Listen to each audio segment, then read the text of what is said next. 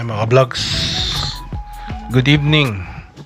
Ayan, ano na tayong Christmas light, Christmas star, tsaka Christmas tree.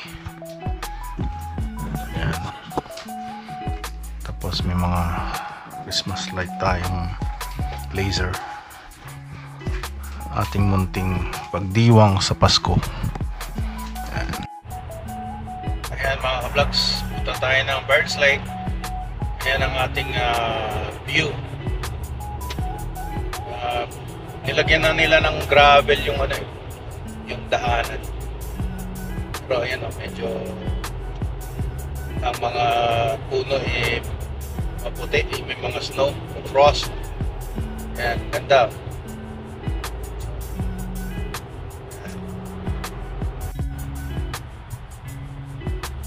Mga vlogs,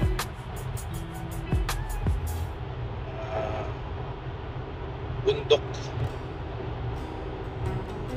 ganda lang tignan, pero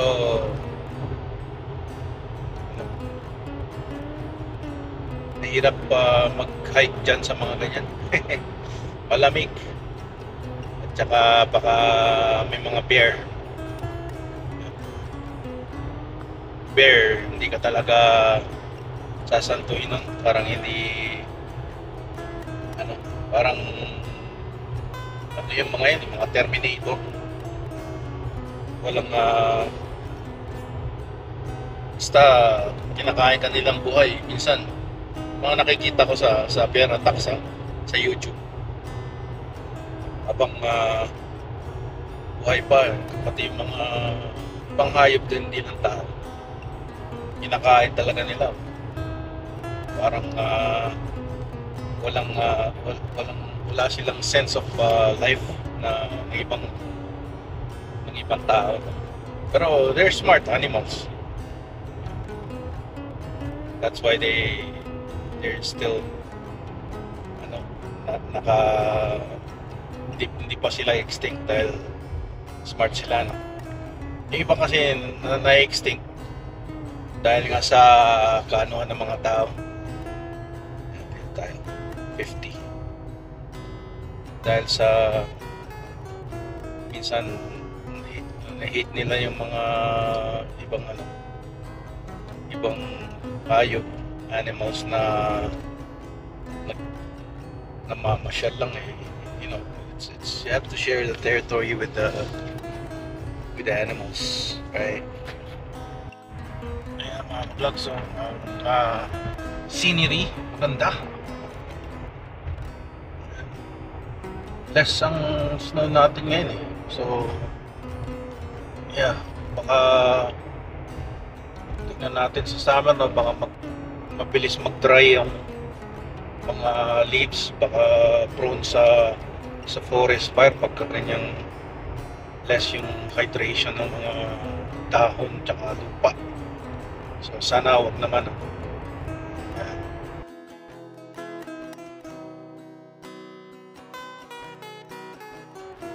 Hi mga ka-vlogs, pating na tayo dito sa Burns Lake sa CNC.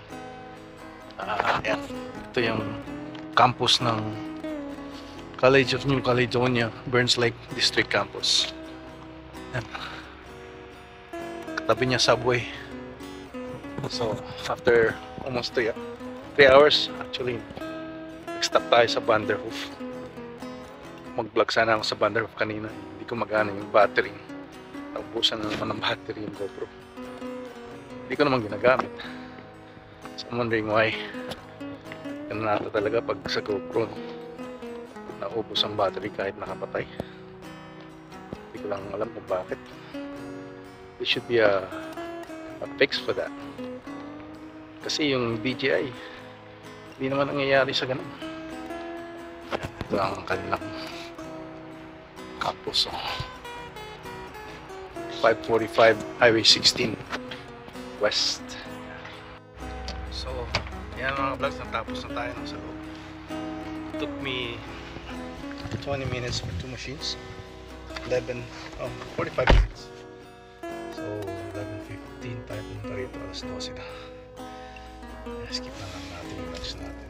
Diretso na tayo. Kasi medyo mabilis dumilim eh. Ayan mga ka-vlogs, pabalik na tayo sa Prince George. I-skip ko na yung 1 hour lunch dahil para maiwasan natin yung magdilim ng maaga. Kasi pagka madilim, minsan sa side hindi mo makita, may mga moose. Baka biglang tumawid ba o kaya yung mga animals. So 100 to maximum 110 and below, in between that hindi ka na sobra dahil yung mga hindi makatansya na yung mga animals, right? They're not gonna tatansyahin yung distance mo pagka yung ganun kakabilis, more than 110. Baka kasi tansyahin mo rin, tsaka tatansyahin ka rin nila. Ayan so speed, hindi mo tayo nagmamadali. I mean, makauwi lang tayo ng safe, ayos na, di ba? So yan, ito minsan sinusundan natin ng mga logging truck dito sa North BC. Yan ang trade dito, lumber. Yan, daming pulp mill, sawmill. Yan. So,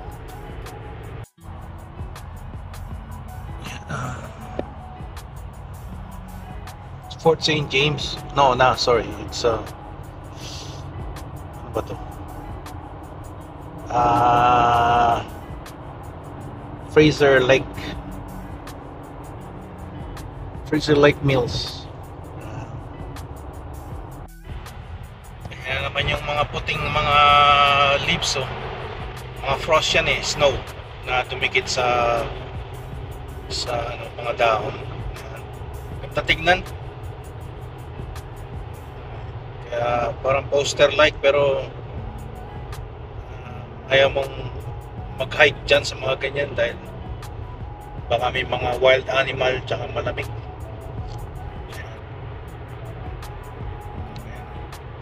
Balik na tayo ng Prince George. Ito yung Highway of Tears, sa dating binlog ko. Kasi nga nung mga 80s, 90s, 2000, may mga aboriginal tsaka yung mga babae na rito nawawala. Tapos minsan ilang days makita na lang yung body nila na pinatay. May mga serial killer ata dati yung, ewan ko lang ngayon never know. Ayan, vlogs. Ganda okay.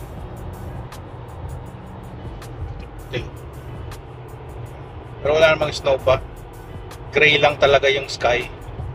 Baka malapit na mag-snow. Nag-snow na pero matagal bago mag-i-snow ulit. Almost end of November na December na. So watch out sa summer or springtime. Baka may mga early forest fire tayo, wildfires. Dahil hindi basa yung ground. Baka pag masyadong dry pagka yung nag-lightning, yan, biglang sisilab ng ang mga dry leaves, mga puno. Yan, ang lightning pa naman dito hindi lang sa isang place, pagka may kalat-kalat pa. Yan, mixture ng ng cold air tsaka warm air tsaka yung moisture, ganyan, produces electricity dyan, mga wind resistance, yan, mga factor ng tornado, yan, habagat, bang sa atin, ibo, tornado, parang ganun So, yan mga vlogs, yung may hulog na car dito. Nilagyan na lang ng caution. Ewan ko, kailangan nila pipick-upin yan. Okay. Yan, Pagka nagka-parking tayo mga ka-vlogs, gawa tayo ng circle check. Tignan natin yung ating gulong. Nasanay lang ako nun nung nasa telecom ako. Sa Bell, sa Ontario. Telos dito. Tapos, Konica Minolta ako. Pero prior to that, nasa photocopier industry rin ako bago nag-telecom. Kasi nung yan, nag-HP ako. Laser Networks. Here tayo sa Vanderhoof. Kaninang pinag-stopan natin. Yan, may mga Pinoy dyan sa loob eh. Shout out sa inyo dyan, sa mga taga-Vanderhoof. Vlogs. Stop over tayo dito sa Walmart. Super Center. So, sa mga hindi alam ang North BC, no? Itong hub, Prince George, Walmart, Costco, tsaka kung anong meron sa big city. Halos karamihan meron din dito. May gym, may good life fitness. Montana's Steakhouse. So, ano na rin to, medyo hindi nalalayo sa big city, pero population niya is 80,000, hovering around 80,000.